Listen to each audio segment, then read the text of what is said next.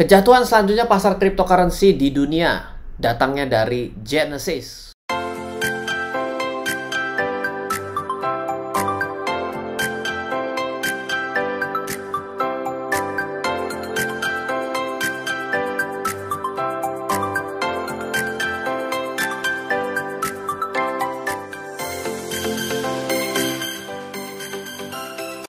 Oke, welcome back di RF Channel on YouTube. Kita dalam beberapa minggu terakhir ini membahas berita cryptocurrency, tapi nggak ada yang enak gitu ya. Banyak cerita-cerita nggak enaknya, dan cerita nggak enak selanjutnya datang dari sebuah protokol, sebuah portal yang bernama Genesis, yang mungkin Anda juga baru dengar di Indonesia. Dan ini kenapa ya bisa mengalami kejatuhan, dan apa yang bisa kita sikapi kembali dari kejatuhan, rentetan kejatuhan selanjutnya dari pasar cryptocurrency di dunia, yang pastinya tentunya akan mempengaruhi harga aset kripto yang Anda miliki gitu ya. Anda pernah juga mungkin mendengar ada yang disebut sebagai bagian dari seleksi alam ya, teori Darwin ya. Yang kedua adalah efek domino atau domino efek ya, bukan domino yang bisa jadi pizza itu gitu, tapi di sini adalah efek selanjutnya yang saling bertumpuk dan akhirnya nyambung gitu ya. Sepertinya suka atau tidak suka, pasar kripto di tahun 2022 akibat kenaikan yang begitu kencang memberikan suatu konsekuensi. Yang satu adalah yang jelek harus keluar dari buang muatan dan keluar dari tempat yang baik dan benar, karena dia pura-pura bagus pada jelek. Yang kedua adalah efek negatif lanjutan yang terjadi akibat tindakan-tindakan yang tidak benar gitu. Nah, FTX terbenam, terbitlah Genesis. Genesis itu apa? Mungkin kemarin di video sebelumnya kita membahas mengenai FTX Exchange, di mana FTX menjadi salah satu crypto exchange terbesar di dunia, bahkan nomor 2 dan bergeser nomor 3, dan pada saat video ini dibuat sudah tidak ada lagi di dalam Coin Market Cap sebagai exchange karena sudah mengajukan chapter kebangkrutan, chapter 11, di mana FTX itu menjadi crypto exchange, tapi Genesis mungkin tidak begitu didengar. Maka informasinya adalah Genesis Global Trading adalah salah satu largest terbesar crypto lenders and institutions. Jadi Anda kalau datang ke Genesis, maka yang bisa dilakukan adalah melakukan tindakan lending dan borrowing crypto. Dan pada tanggal 16 November melakukan pengumuman untuk suspend redemption secara temporer, moga-moga temporer gitu ya. Ini kan juga terjadi di FTX juga gitu ya, dan tidak lagi mau memberikan yang namanya pinjaman. Nah, ini ada informasinya, di mana informasinya adalah terjadi pada saat ini adalah 140 juta US dollar ya yang ada di dalam Digital Currency Group, dan ini akhirnya memberikan suatu pengumuman bahwa adanya abnormal withdrawal request which have exceed our current liquidity. Nah, selalu kata-kata ini menjadi satu pertanyaan yang paling besar, bahwa kalau memang selama ini hanya mempertemukan, maka seharusnya tidak ada yang namanya likuiditas bermasalah. Ini sudah kita bahas pada video sebelumnya, memahami bisnis crypto exchange. Sama ketika kita berbicara mengenai lending and borrowing. Sama seperti kita berbicara di Indonesia, mungkin tidak ada yang seperti ini, tapi kalau diawasi dan terdaftar OJK, mungkin kegiatan yang disebut sebagai peer-to-peer lending. Peer-to-peer lending itu adalah ada orang yang mau meminjam uang dan ada orang yang mendanai. Lah, kalau yang namanya orang mau minjam uang dan mau mendanai kan akan bertemu secara peer-to-peer. Berarti sebenarnya kalau orang yang meminjamkan minta tarik duitnya, dan orang yang meminjam itu membayar, maka beres saja, tidak akan ada yang namanya likuiditas bermasalah bagi si penyelenggara. Tapi kalau ternyata tidak bisa bayar si orang yang minjam, ya sudah, sesimpel yang meminjamkan disebut tidak terima alias gagal bayar. Ya, tidak ada yang namanya penarikan akibat likuiditas bermasalah, penarikan tidak bisa dilakukan. Sudah nangkep belum masalah di sini? Masalah di sini, kalau dua belah pihak bertemu, gagal bayar itu adalah suatu resiko bisnis. Kalau gagal bayar, sudah pasti nggak mungkin bisa ditarik. Berarti beres masalah itu.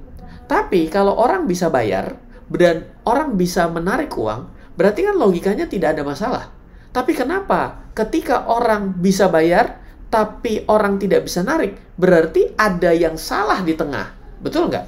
Nah, inilah berbicara mengenai Genesis, ada sesuatu yang bermasalah di sini ketika orang melakukan penarikan atas uang yang dimiliki, aset yang dimiliki, tapi dikatakan bahwa ini exceeded our current liquidity. Kok bisa likuiditas kamu yang bermasalah?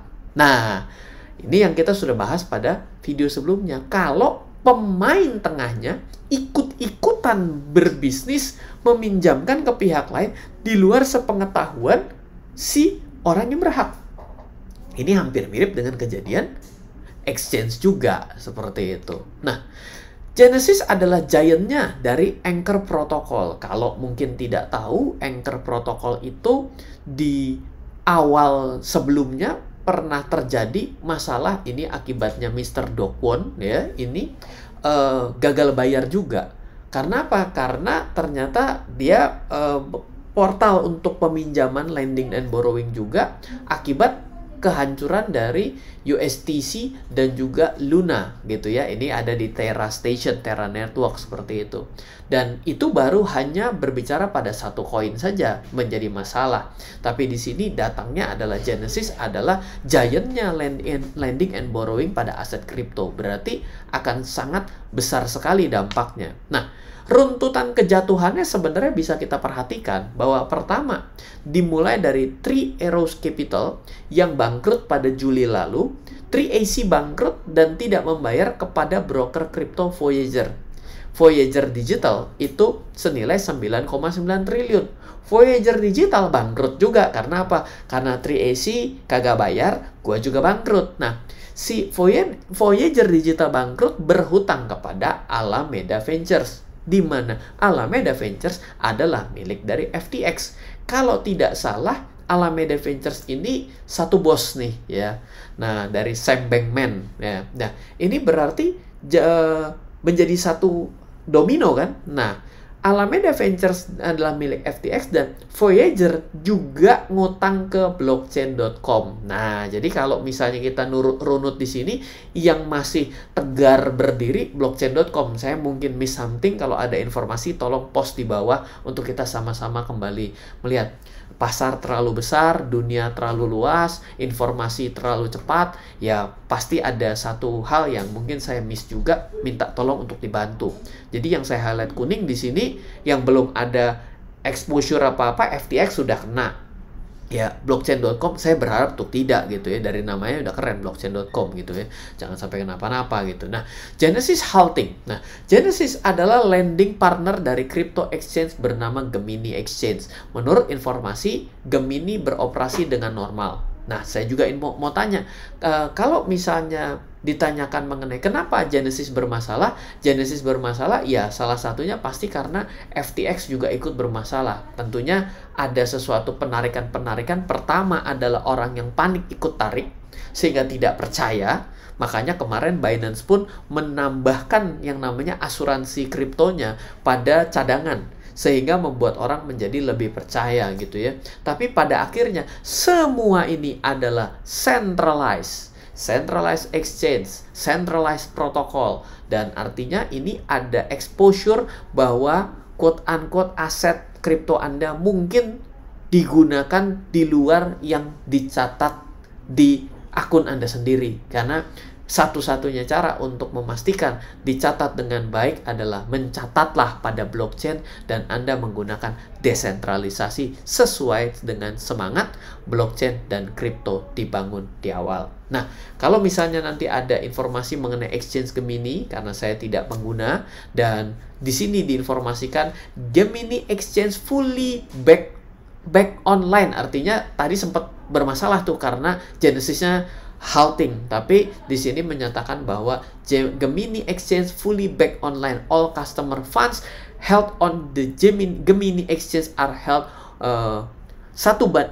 one by one and available for withdrawal at any time. Jadi menjamin ya, semoga juga nggak kenapa-napa karena Gemini itu 10 besar juga dari yang namanya spot exchange seperti itu. Nah, hati-hati pada dampak sistemik, pada afiliasi yang terkena expose dari jatuhnya Luna, maka bisa saja ketika Rust akan menjadi bermasalah karena mereka berusaha untuk recovery, tapi misalnya mereka ini beritikat baik, mereka berusaha recovery, tapi ternyata ada kepanikan ditarik, jadi masalah likuiditas juga, atau mereka berusaha recovery dan mereka akhirnya tidak mampu akibat penurunan pasar lebih jauh lagi, karena biasanya ketika orang dalam keadaan kepanikan, maka orang berani melakukan tindakan spekulasi lebih lanjut, dan akhirnya membuat mereka terjatuh karena pasar bergerak ke arah yang mereka tidak inginkan.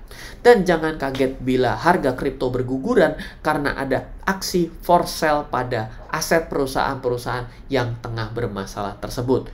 Ya, better lah daripada orang-orang yang ikut terkena. Mungkin kita penonton, tapi kita tetap penonton, tetap kena ruginya. Kenapa? Karena aset kripto kita turun. Ataupun orang yang ada pada exchange tersebut, asetnya ada pada Gemini, bukan pada Gemini, pada Genesis, maka akan terjadi suatu hal yang merugikan buat mereka. Kita berharap bahwa dengan adanya badai kripto di tahun 2022 ini, kita melihat perlu sesuatu menyikapi. Meskipun kalau bilang, Pak, apa solusinya? Ya, mungkin dibuat regulasi. Tapi kalau dibuat regulasi kan bukan semangat desentralisasi lagi ya. Ya, at the end ya, kelolalah aset Anda ya, misalnya dengan memiliki cold storage seperti ini.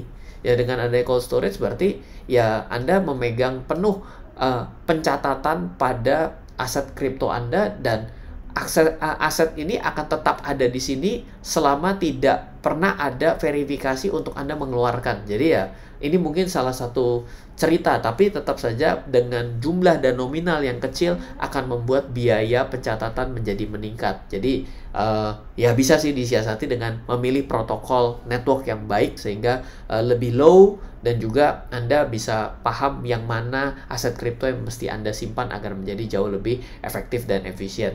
Semoga selalu bermanfaat video kali ini dari saya Ryan Filbert. Salam investasi untuk Indonesia. Halo, terima kasih sudah menyaksikan video di RF Channel on YouTube.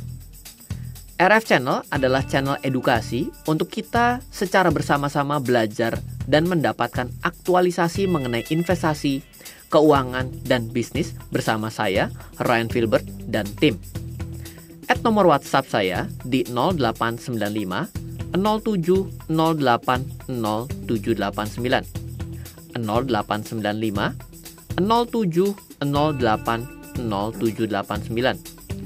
Download aplikasi MyRF di Android atau iOS untuk mendapatkan artikel dan tema-tema khusus mengenai edukasi investasi, keuangan, dan bisnis pada aplikasi MyRF sekarang juga.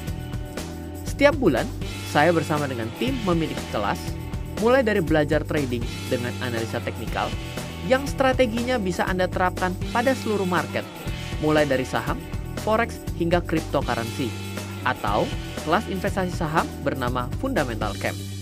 Untuk mengetahui kelas lainnya dan bertanya mengenai kelas, hubungi tim sekarang juga di 0852 882 6187.